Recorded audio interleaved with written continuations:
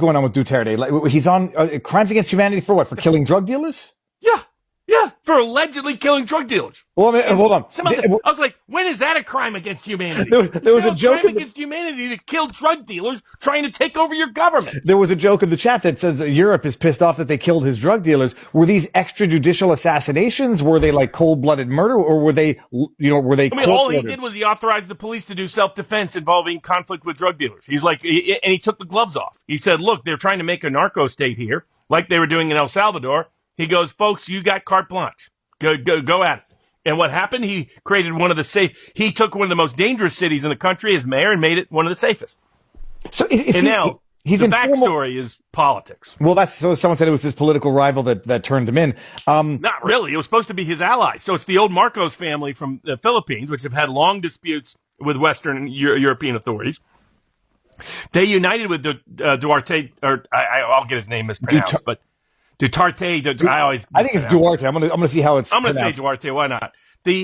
But his daughter was vice president along with Marcos running for president, and now they've split since then. Marcos decided no longer wants their support, but knows that if he tried to indict him in the Philippines, the jury would definitely acquit because he's one of the most popular people in the Philippines ever.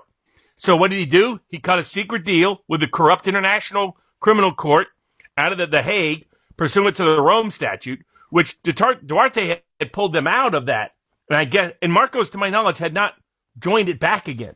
So what he did is he just basically allowed a major public official to be kidnapped, dragged to the Hague, where he'll be tried for crimes against humanity. What it was always going to happen, some of us were long critics of the International Criminal Court.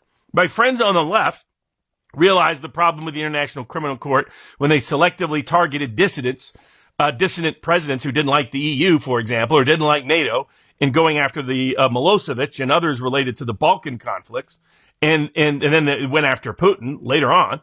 My friends on the right recognized the risk of the ICC when they went after George W. Bush, and then now, most recently, went after Netanyahu.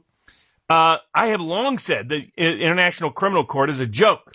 It's an attempt at globalist elite power usurping all sovereignty around the world in the name of Nuremberg cases, when the real Nuremberg case is what happened to the entire world in 2020. I'm going to ask a stupid question because I hadn't been following the story. Did they have possession over? It's Duterte, by the way. Hold on. He came back from Hong Kong. They kidnapped him at the airport and dragged him back to the Hague. Hey, listen to this. Duterte. Sara Duterte. I presume that's how you pronounce it. Duterte. Oh, okay. I'll Duterte. You have to say it with a very deep accent. So they kidnapped him and they took him into custody. Yeah, they dragged him and flew him off before he could ever fight it in the Philippines because Marcos had a wink and a nod with the authorities at the ICC. How is this not an international crime against the sovereignty of nations? It is. I mean, that's what she said. The vice president of the Philippines said the daughter said this is an absolute violation of core sovereignty principles. That, that we had pulled out of the ICC so they don't have jurisdiction to begin with. This is just kidnapping. The ICC just going around kidnapping. It is the same, a week after they bar the person in Romania wants to win the presidential election from running for the presidency of Romania. After Vice President Vance went over there a month ago and said, don't do that again. If you're going to have values anathema to America, then America is not going to be spending its blood and treasure defending you. But also what a message that's sending to Netanyahu, who was contemplating coming to Canada, where they said, they weren't categoric about not letting the ICC detain or arrest. Oh my goodness. That's shocking. It's very dangerous. We should have been out of the ICC, never supported the ICC, should have opposed the ICC, should do further sanctions.